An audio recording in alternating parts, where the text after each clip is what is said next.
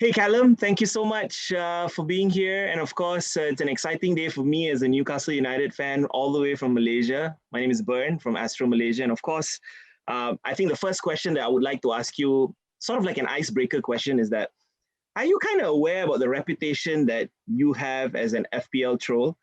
Because when people actually pick you, you seem to score, but when they don't, you don't seem to score. So you're kind of like a cult hero within the community. Are you kind of aware of that? I've not been aware of that. No, I've stopped playing fantasy Premier League this year. I've been putting myself on the bench, messing around with it all, and yeah, and ended up coming bottom of my league. So I've not done it this year. I've tried to focus more on the pitch instead of in the fantasy world. Yeah, it's nice that people are picking me and flattering, I guess. Yeah. Right. I picked you last week and I gained lots of points. So I just want to say thank you for that. Yeah. All right. Do most footballers do they play FPL? I mean, amongst the clique that you hang out with and whatnot, and the players that you know personally, and who would you consider the greatest FPL legend that you've played with?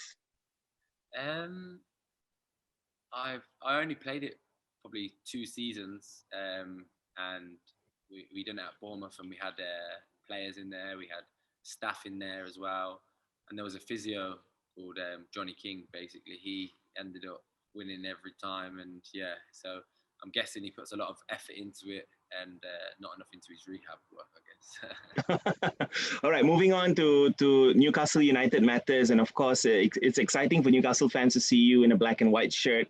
But the biggest factor that made you want to join Newcastle United, could you share that with us? Just the fact it's such a big club, the potential of the team, the stadium facilities, second to none. Obviously, the stadium's got great history, and it's unbelievable when it's full house when you're playing against Newcastle. So when you can imagine when you're scoring for Newcastle now, it's going to be even better. And I can't wait for that day that there's 50 odd thousand in there chanting your name and screaming when you score. Right, and you did mention fans, which actually brings me to my second question with regards to Newcastle. The Geordie fans are such a passionate bunch. You've seen it when you've played for Bournemouth away at Newcastle yourself, but now that you're a Newcastle United player, but you don't have that opportunity to actually play in front of these fans, how do you sort of stay motivated without thousands of fans, potentially chanting your name? I think as a professional athlete, you have to have self motivation, definitely, and there's obviously team motivation as well because it's a team environment. Whether fans are there or not, you've got a job to do on the pitch. There's millions of people watching all around the world most weeks, so like I say, you've got to stay professional at all times and take things very seriously. I can't wait till the day that they get back in there, and like I say, it's going to be a great time for football when fans can come back again. Definitely. Right now, goals have been a huge factor for Newcastle last season, as in the lack of scoring goals from a centre forward itself. A lot of expectation has been put on you specifically to come in and sort of rectify that situation. How do you play with that sort of burden of expectation from the fans, from the club? It doesn't bother me, to be honest. So, I've come in, I've got a job to do. My job is to score goals. I know that. That it's, as long as I'm getting chances in games, I feel I'll always score goals. And yeah, I guess you've got to be a confident player. Have big shoulders, be able to take criticism when necessary, and yeah, I think it's only a positive thing playing for such a big club. You're gonna get sort of expectation on your shoulders, and it's how you deal with that. And in the past, it might not have been dealt with as well as it should have been, but now it's not just myself. There's a whole striking department now. We're all going to pull in the right direction and get the club moving up the league, and help each other score goals all around the pitch.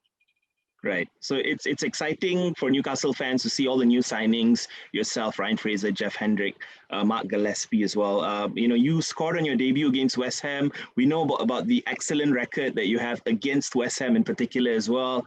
Ryan Fraser scored against Blackburn on his debut as well. So, lots of fans out there know of the link-up play that you have with Ryan Fraser. Are you looking forward to that in upcoming matches for Newcastle United?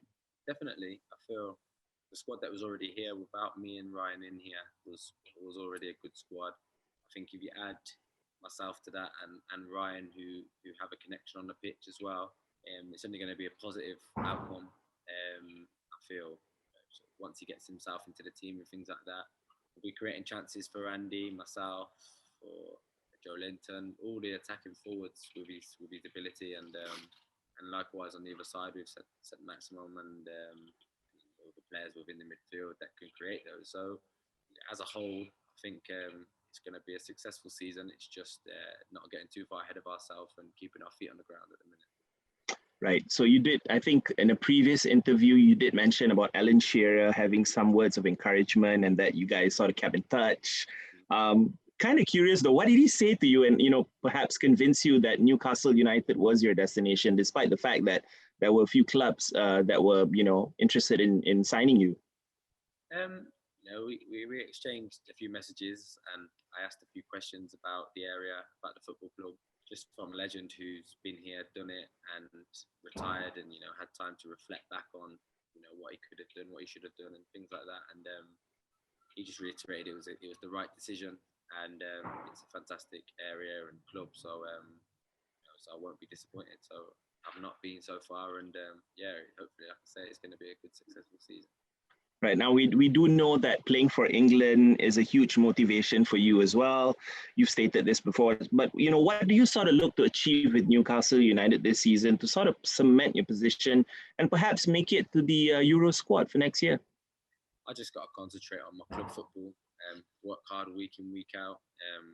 There is a lot of international games and breaks coming up throughout the season due to Nations League, the World Cup qualifiers possibly, and also the Euros. Getting prepared for that as well.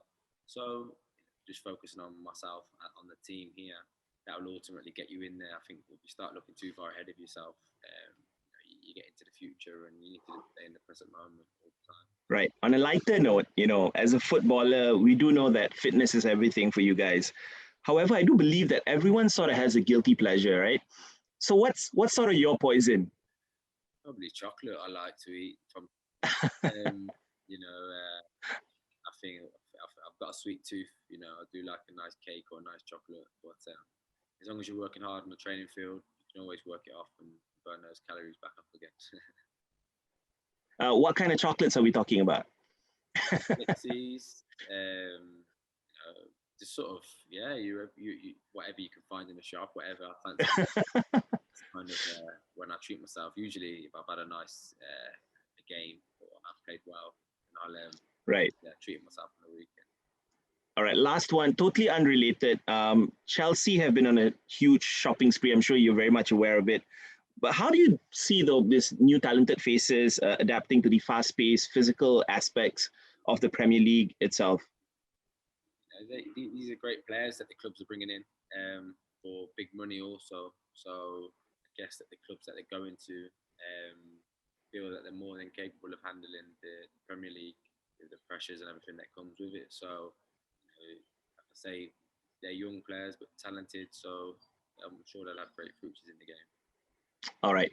Just on a last note, I would just like to say that on behalf of Tun Army Malaysia, we have a huge fan base of Newcastle United fans in Malaysia. Everyone's very excited about the new signings. You in particular, having scored on your debut as well, and they're looking forward to the Brighton match.